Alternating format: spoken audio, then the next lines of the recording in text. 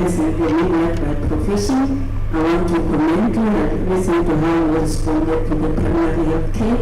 Of course, nurses are the front lines. And it doesn't mean we always say now this primary health care, approach, we should be sitting there at decision making and policy making, places to go down, to bring down there. So we've been doing very well, the senior nurses, including myself. We really made sure that this primary health care worked in Botswana, and I hope the current nurses are going to make sure that it flies as well.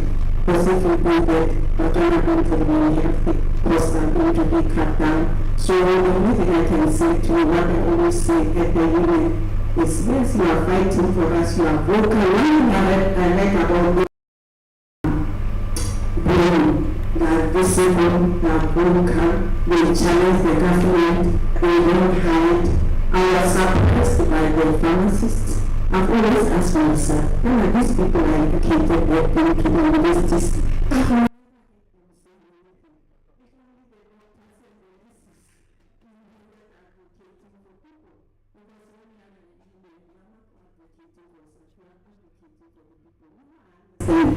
Why you've been quiet? Because we've been fronting at the front, taking the money that government was giving, to promote the manufacturing order and putting it in their pockets for fronting. So I encourage you to change and please be there for the people.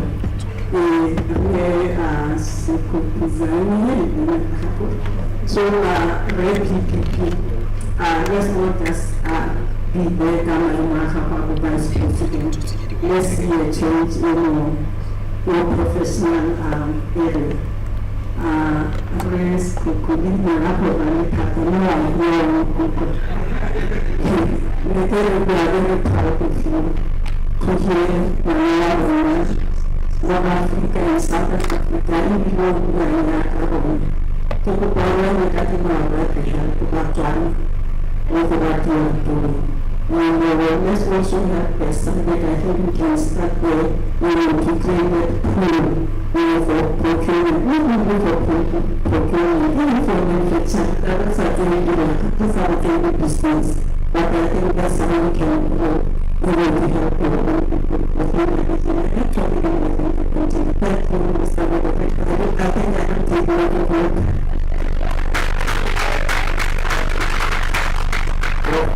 I'm going to move on. I don't think there were questions, there were recommendations. So we're going to read them also as part of recommendations. Thank you. My name is Tom Mapiki. I'm a first pharmacist. 20 years in government, 20 in outside government. You asked two very critical questions that are cost reform. But before I go there, let me talk to Dr. Through. Yeah, listen, those who are fronting on pharmacies,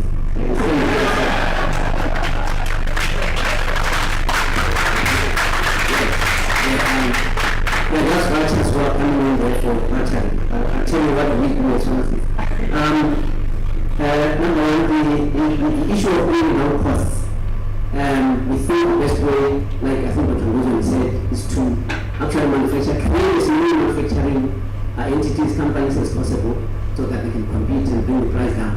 But really, I think the challenge is that you're looking at a 2.5 million market, so that is not going to give you a return on investment. So you need to look at that way, you need to look at the whole of Africa. So how do you do that? We need to be, the diamonds have actually messed us up over many years. We thought we had money, we were comfortable. We have a very good resource, a raw material here in Ghana, in the minister's constituency. So then, right, each and every other patient in the hospital with a acute thing, is occupied a bed of sodium chloride than a dextrose saline. And we say, 9 grams of that in a liter of water gives you what we are buying. We're sitting here, we're looking at it, really enjoying, and we are buying that in bulk, from outside. We can prepare that and say, even simple orders, we can make locally here and safe path. And then also we have the second aspect that I wanted to touch on was also the issue of supply chain, which you asked my colleague. I have the supply chain is not functioning, two reasons. One is that you need to be, okay, let me quickly say that I've actually put up a document in the ETP, Economic Transformation, and that document, the document that I put was one of the first ones to actually accepted by the Malaysian. Because what I was saying is that create an entity where, by the way, I was once the head of CNS, create an entity which is actually going to order from different sources. You can get here, you can China, and then you sell. Which was mentioned. Initially, this is starting before you manufacture. Now, obviously, once you look at Africa, you're going to bring the price down. You're going to make CMS more relevant and do much every community. CMS is going to be relevant. In the end process, when you do that, we will be able to bring prices to supply chain goes down. And the China is also going to benefit because some of those are going to grow. Instead of waiting for them, we are going to be going to benefit from some of the medicines that are working here. Many of that entities are of CNS, looking at CNS. And I always say that don't take me back to CNS and control, but we want to really create an entity which is going to do that and be able to generate income. The DETP, Ministry of Health, Legal Education, will put under social and safety net. Oh, I think that was an answer was saying, make CNS make money. We can do it with such a platform. So we're working on it. I'm not one of those who want to recycle the China made a difference. I paid my 10,000 plus in my pocket and paid accountants to produce a document. And I stayed very safe as the first one to be admitted to BTP. And then unfortunately, because of other issues, I had to drop down. Lastly, going to the community, I'm working on an application which is really important to the people, where people are going to be able to access information on where medicines are located and what the prices are. With the local government here, that's where the primary health care is happening. So partner have a pharmacist in there, we need them to be here, and have a pharmacist who should advocate for patients. The problem is it's a power game. Knowledge is power. There's a lot of information asymmetry. Those two offices have all the power. The CMS is not talking to the health facilities. Give me time to can talk the whole day of what is happening and why we're here. Thank you so much. I see Dr. Siboni, Dr. Kezie, so I'll start with my superintendent and then Siboni. Then after that, I'm going to give 2 students to comment and then 8 seconds all of us this side and then we close. I also see that it's like our echo is also now under crisis. Thank you so much, moderator, and thank you to our wonderful panel.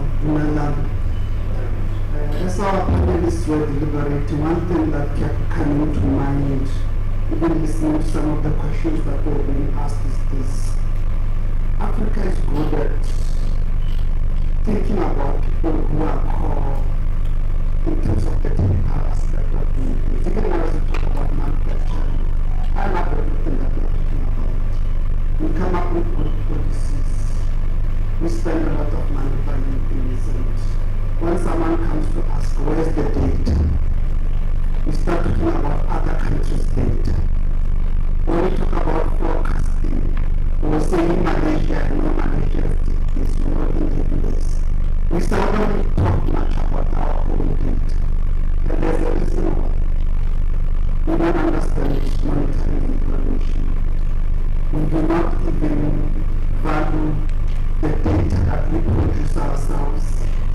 Right now, if you were to ask where is it stored, we'll be taken from pillar to post. Who produces the data? The qualified is it quality data? What are the processes? We invest minimum in this area. So if I want to talk about resilience and sustainability, I may be still the house. When I'm going to start taking this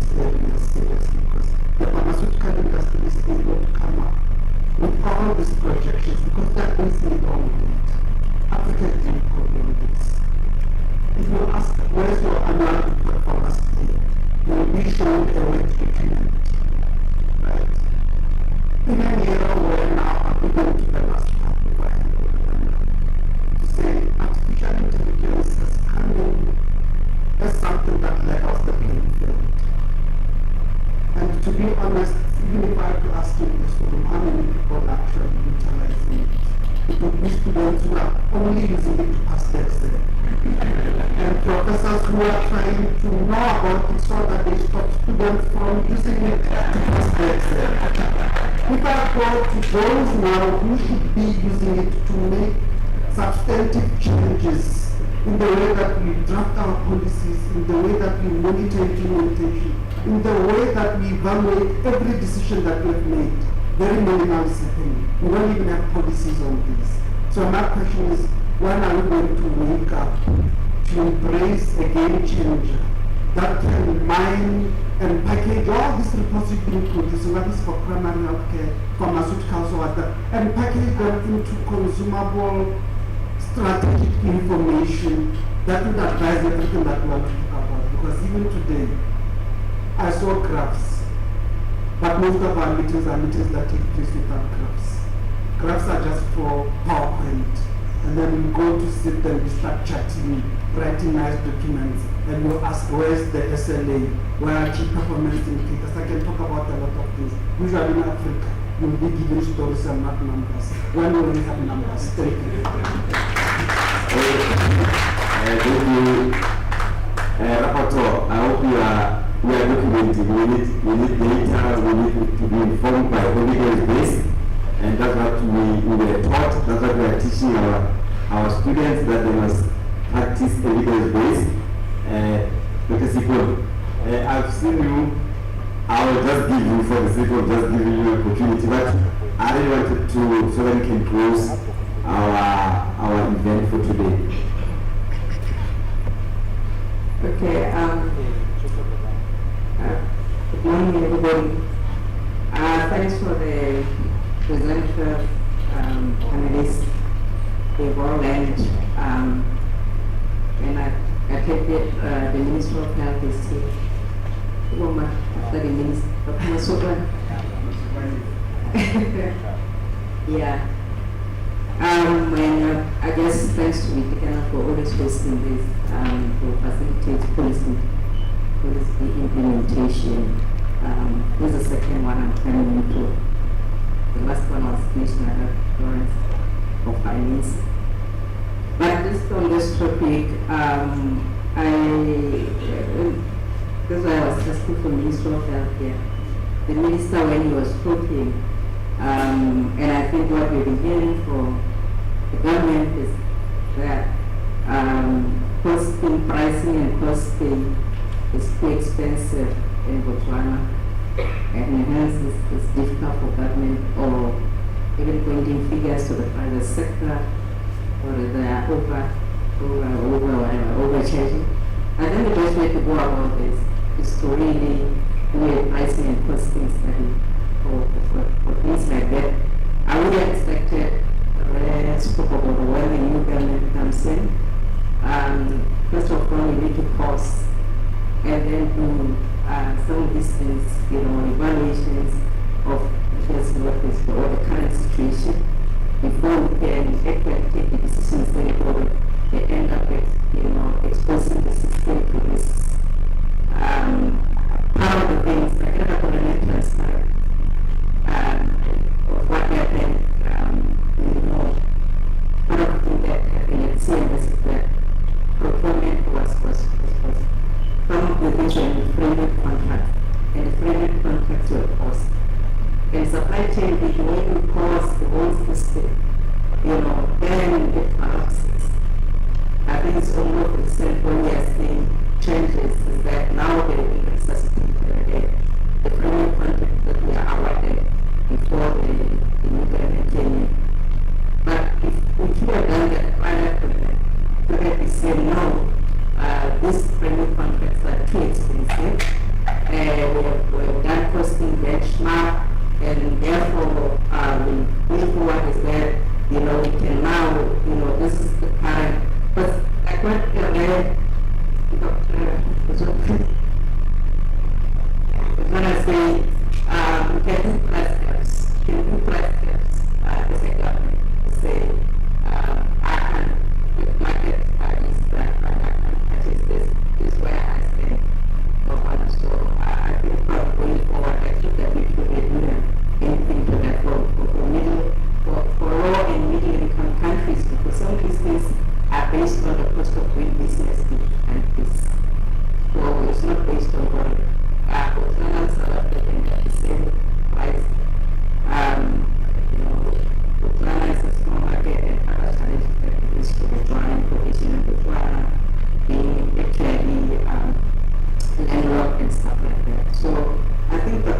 should do that so that we don't always have to extrapolate and point fingers to the private sector.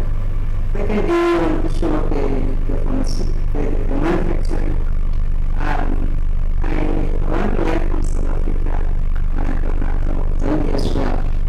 For you to move from packaging of stage 3 to stage 2 of compounding or API manufacturing, how did you, because I know South Africa also, and all other countries, they started from especially in Africa. I've heard rumors that in South Africa, the government put this foot down, instead for those who are going to be given tenders for doing business with the government, they should now move forward with phase 2 powers, so that now it can grow the industry itself, and then I guess, is that true? And therefore the Botswana government probably does, instead of pointing fingers, that's probably looking at the engaging the manufacturers and then say, well, you can get business, do business with government, this is where we want it to be, and then take it from there. Because it's expensive to set up that system, but at the same time, the government is interested that, we grow the manufacturing, but also take the employment, because it's a thing they are taking employment, and will be professionals in that, like biotech professionals and stuff like that. And back to the academia, I don't know whether that yet. How far are you with having professionals in the biotech industry, professional biotech itself? I know what I'm talking about.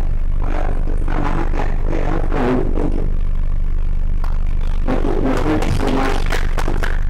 I spoke to you this many times, and like I'm saying, I don't want to close this. I'm going to give it, but before I do that, I wanted to say and challenge, especially our society, from the society.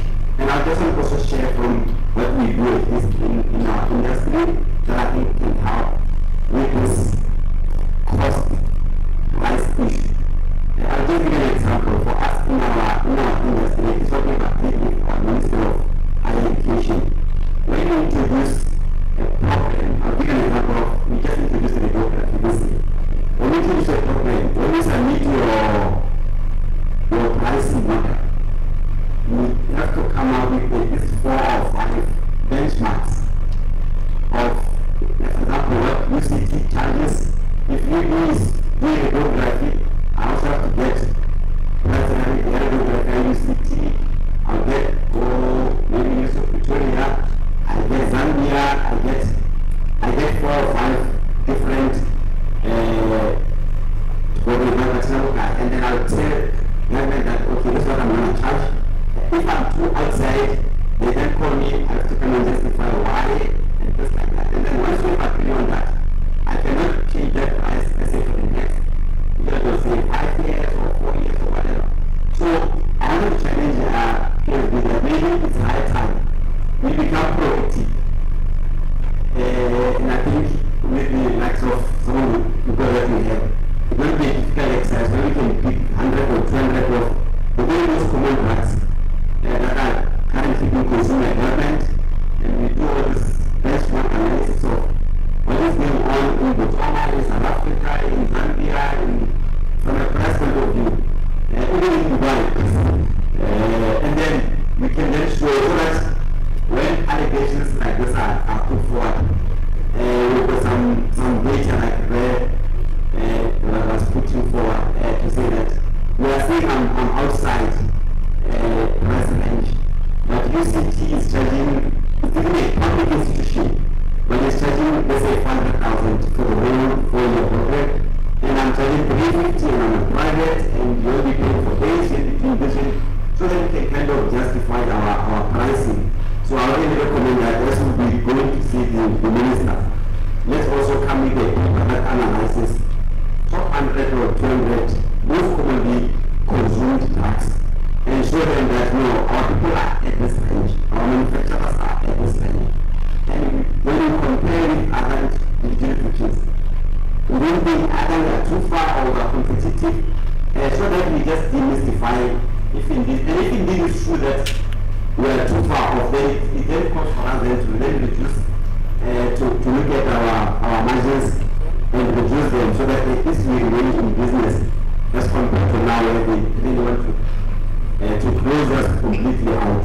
So then will be part of my recommendation that I should be going to see the Minister of Health and the Minister going forward.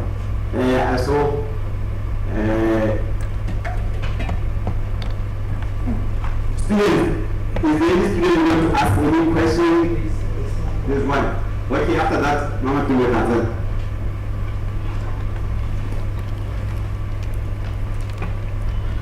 Greetings everyone. Greetings everyone. I'm Boitekanelo, student here in Boitekanelo. So I'm just taking this question to A. So I wanted to ask, what's the limiting factor for Botswana's government for not opening the manufacturing plant, looking at how much money are spent, and also why not use it for the manufacturing plant to cut costs? Thank you. Are you a student? Not really, but it's very important for them. One more student here. Okay, one more student, then Mama Kim, and then Tata. Okay, thank you, sir. All people observed. I want to ask about that we are now the victims of the crisis that has been occurring. So, what is the government intend to do to cover the crisis, the effects that we found ourselves in as students? Because when we are going to attachment, what we are taught for us to go and experience there, we found something different. There is no medication, there is no pharmaceutical tools or medication that we can use for our purpose. Thank you.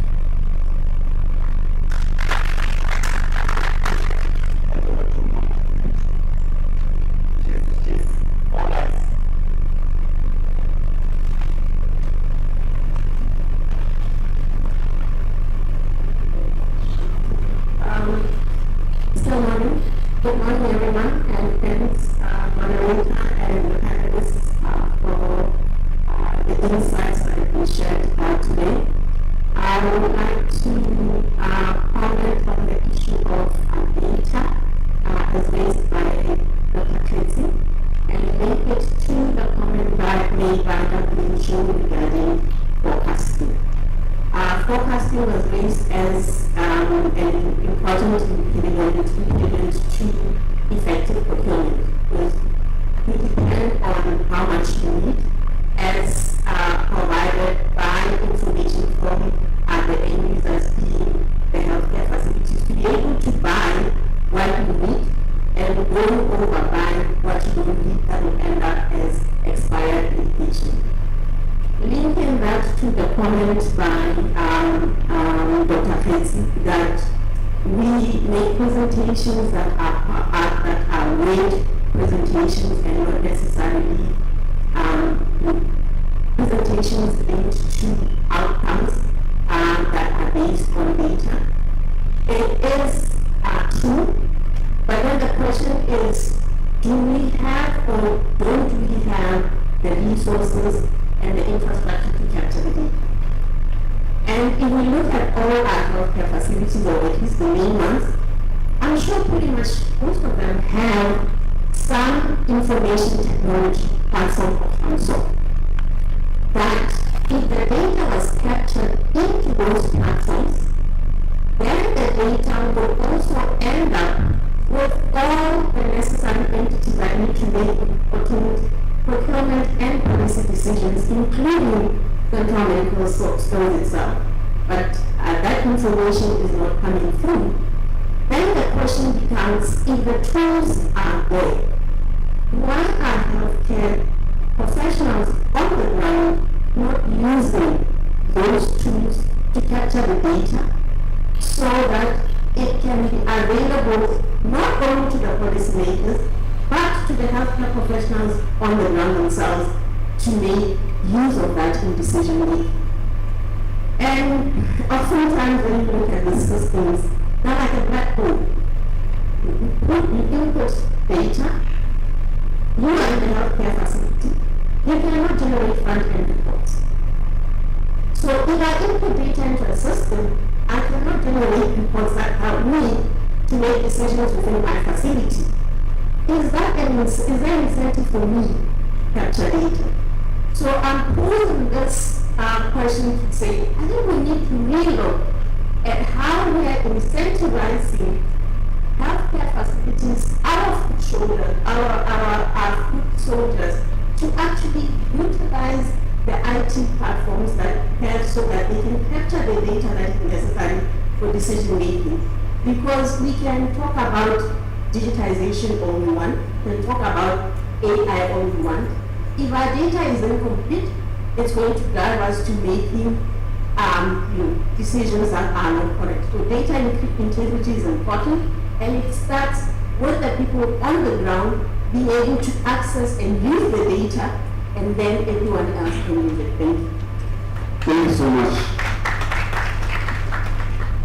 Dr. Kate is still around from Ministry of Health. There was one last one.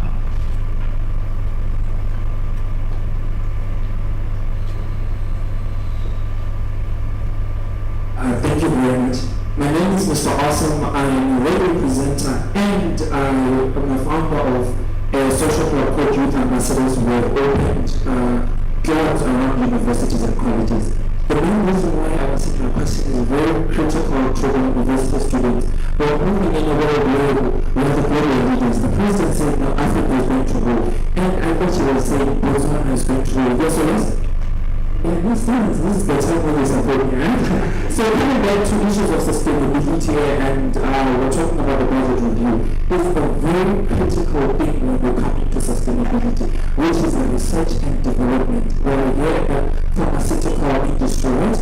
Before we say we want to build food, I don't think our market at this very moment as a student is going to be the Botswana market, because we're having giants sitting in front saying, no, this is where we're going, we're targeting for Botswana. As we're now trying to go to a global market where we've got internet making it easy for us. But what are we saying in terms of research and development when we're going back to talk about sustainability, right?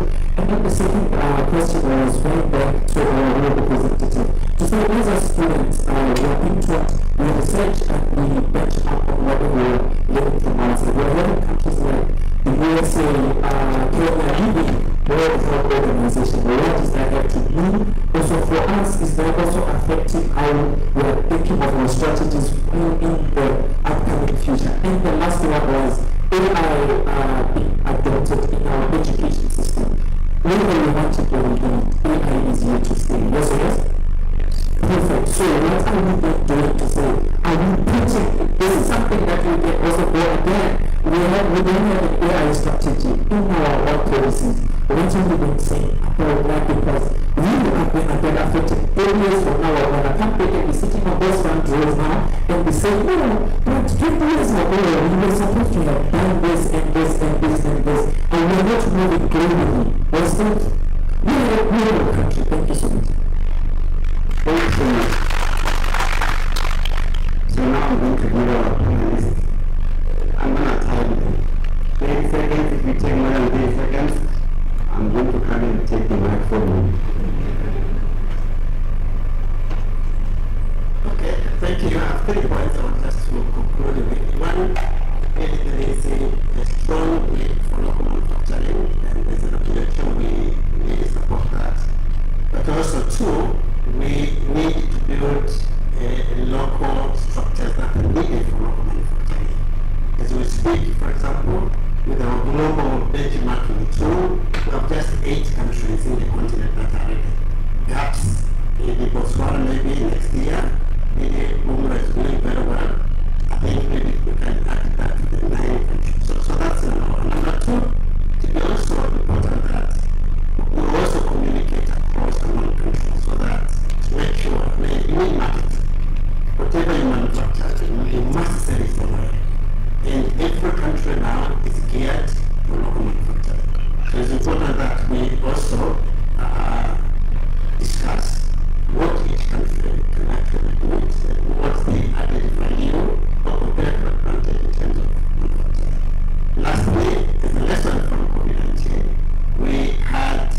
started vaccine manufacturing, working with the 3 countries that we are already, South Africa, Rwanda, and Senegal.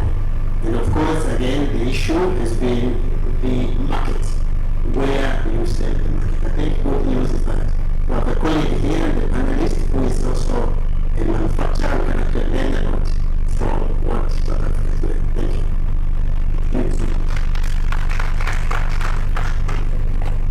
Thank you very much. I'm not sure I'm going to make it to 30 seconds.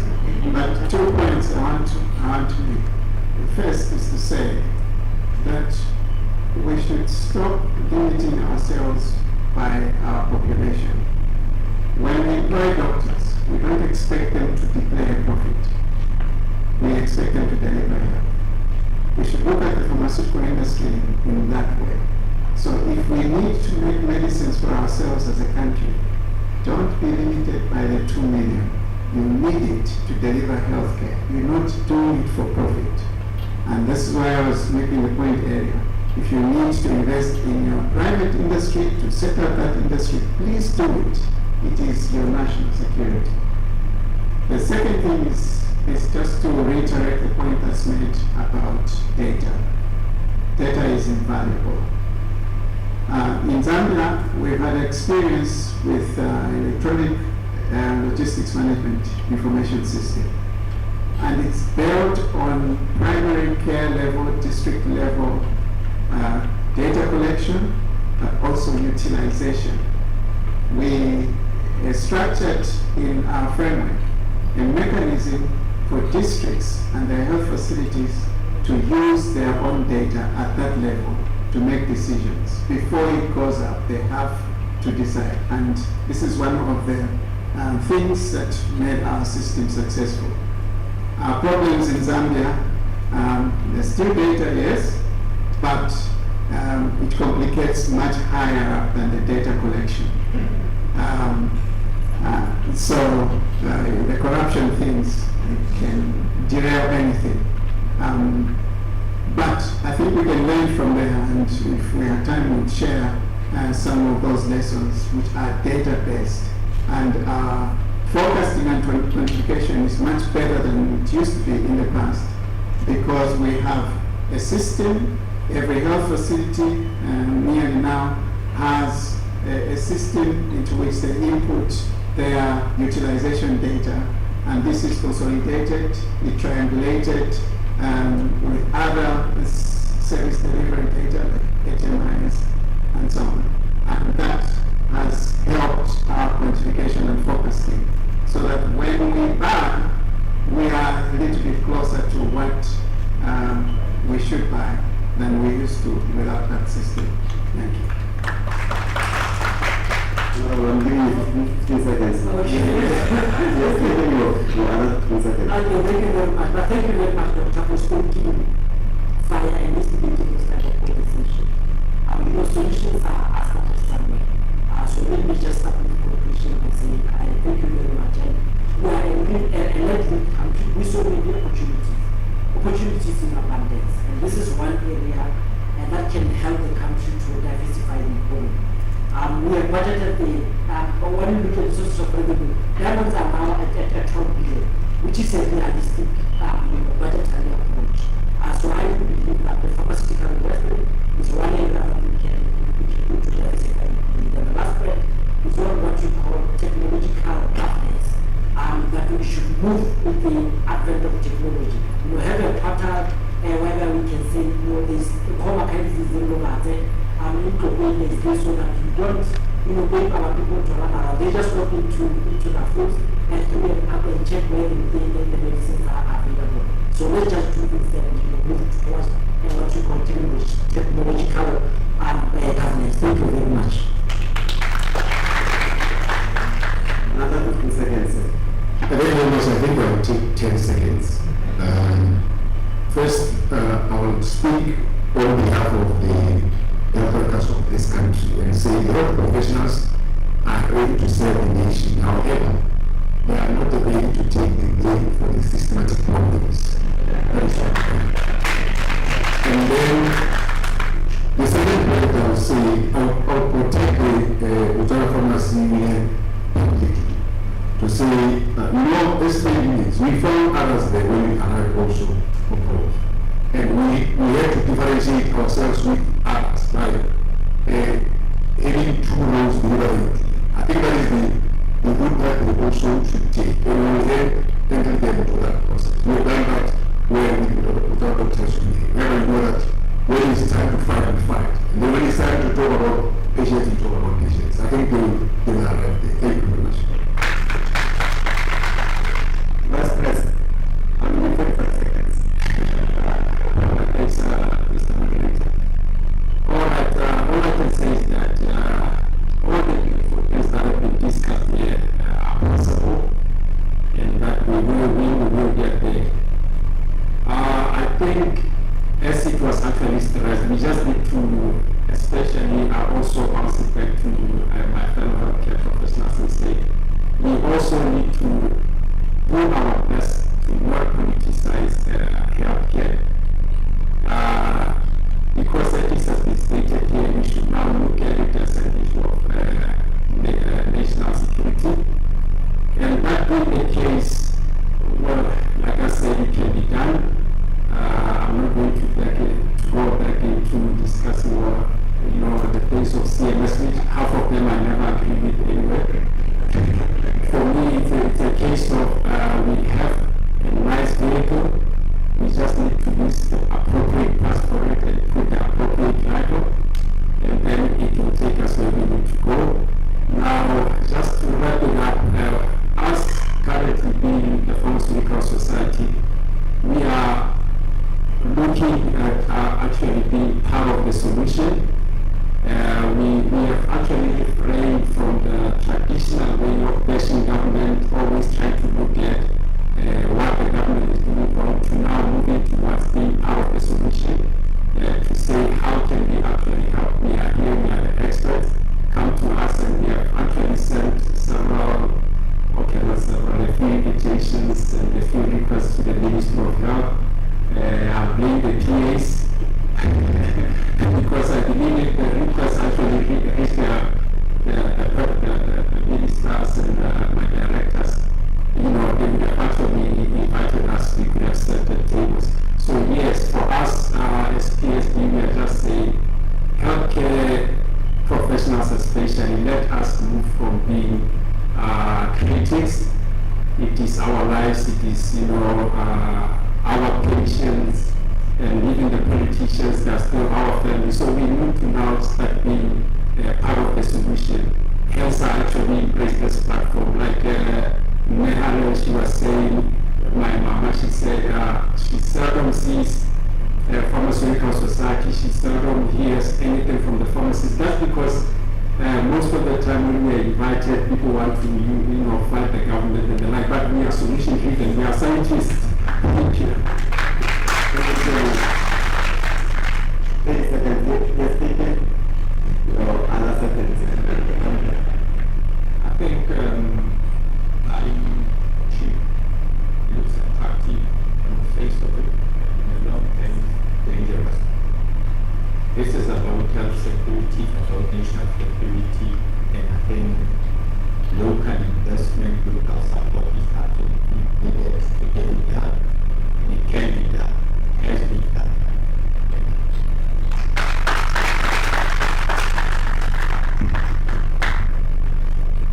Thank you so much. Very brief. Thank you so much, panelists. Next time we'll do better. There will be more female representation. If I can kindly have you standing to receive your gifts from Dr.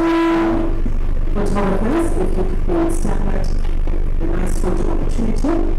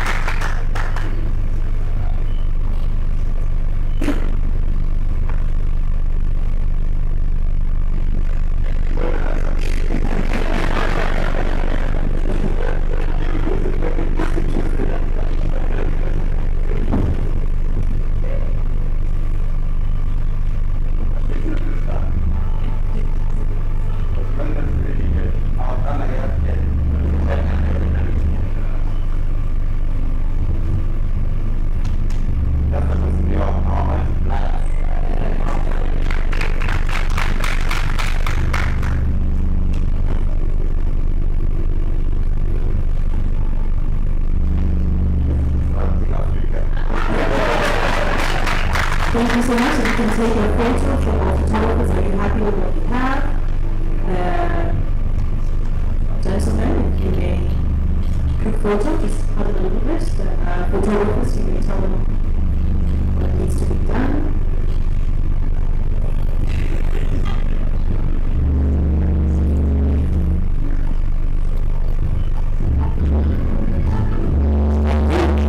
This is the all-women panel. And I currently have the podium back. You may take your seats. We have come to the end of our program. Now we are going to have a vote of thanks.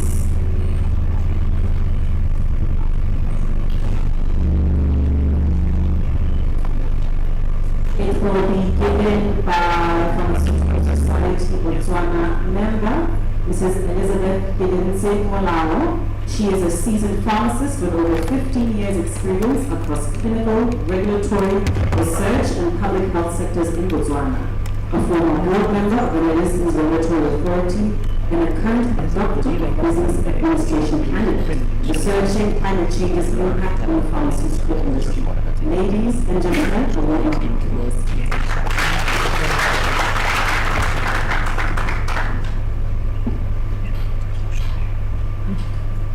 Good morning. Is it still good morning or good afternoon? Good afternoon. It's the morning. We've been here since morning. All protocols were observed. Ladies and gentlemen, my task, I believe, is the simplest of all. Is to really thank you, to thank all of us as we conclude today's insightful budget speech review meet under the theme from crisis to resilience. Building a sustainable, self-reliant pharmaceutical future. It is an honor and privilege really to thank you all.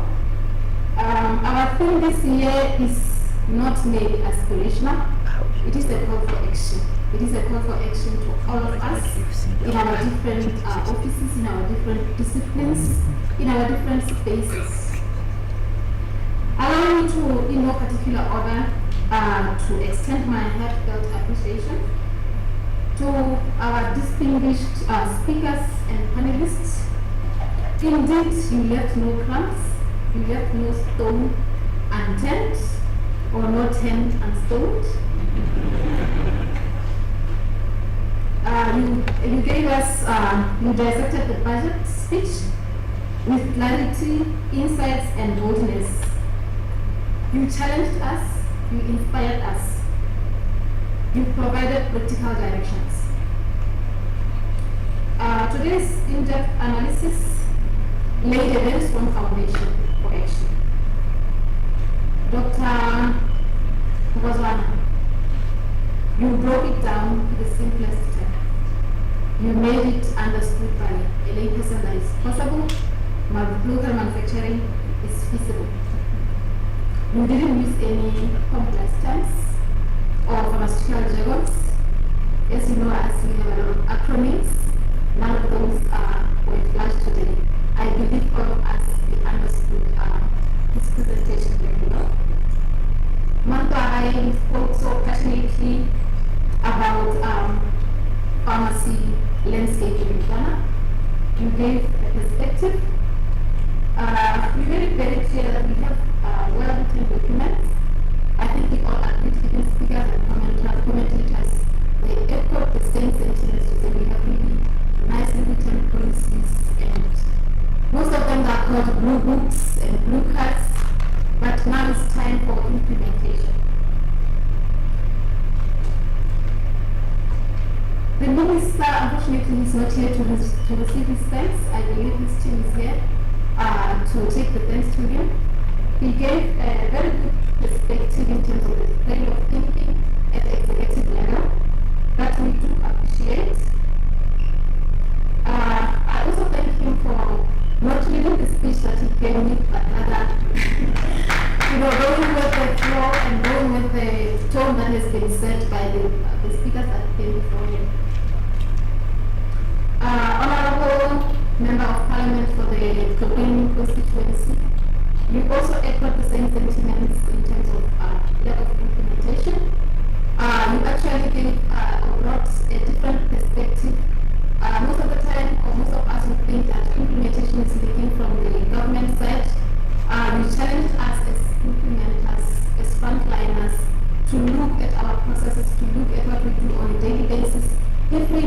sticking to the policies that are given for us to implement. From WHO, we thank you very much for making time to attend this gathering and giving a perspective from a global standpoint.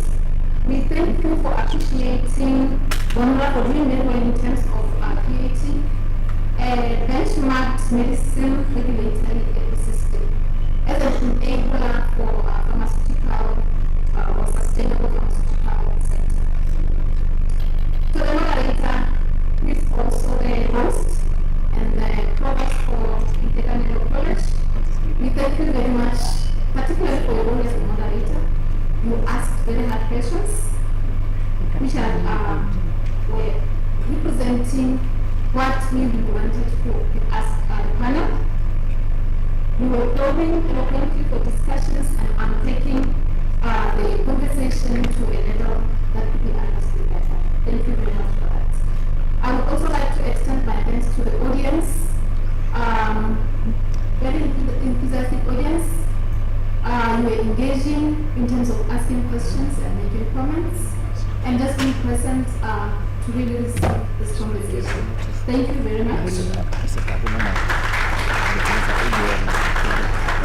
I would have made a mistake not to thank the directors of the ceremony. Thank you really for setting a great tone for the discussions, for your mesmerizing introductions of our guests.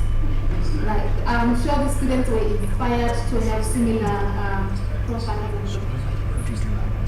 Thank you very much. And thank you for the team, the Boitekanelo College teams that work behind the scene to make sure that this event is as beautiful as it is.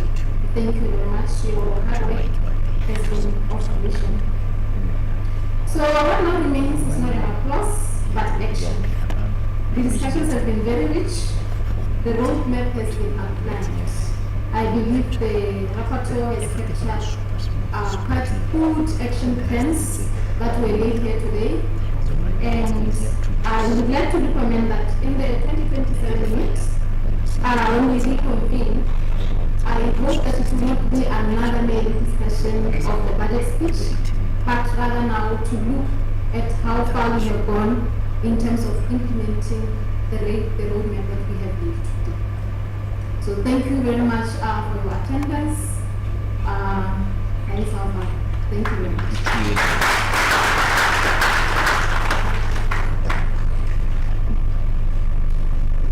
Thank you so much, and that is the end of our program. My co-captain, please join me. I'll do the talking, don't worry. On behalf of Boitekanelo College, thank you so much for joining us today for our 5th budget speech breakfast, which will now be a lunch. And to all our suppliers and service providers, we thank you so much. And Mr. Njoroge, it was an honor to co-captain this flight with you. And you have been amazing passengers on this journey with us. And my last special thanks this morning goes out to the media professionals in the room and those watching online. And we look forward later to your files and news reports from today's processions, or proceedings rather, and engaging exchanges of views. All our invited guests, delegates, you will be having lunch back at the staff lounge, accompanied by our EXCO, deans, and HODs. And then our staff and our pharmacy students, you may go to the Rehabilitation Sciences Lab. You will find your lunch there as well. Equally delicious and healthy. Safe travels to everybody, those coming from Zambia and South Africa, we wish you well, and also from the region in Botswana. Thank you so much, ladies and gentlemen. If EXCO and our guests can include. Have a productive day.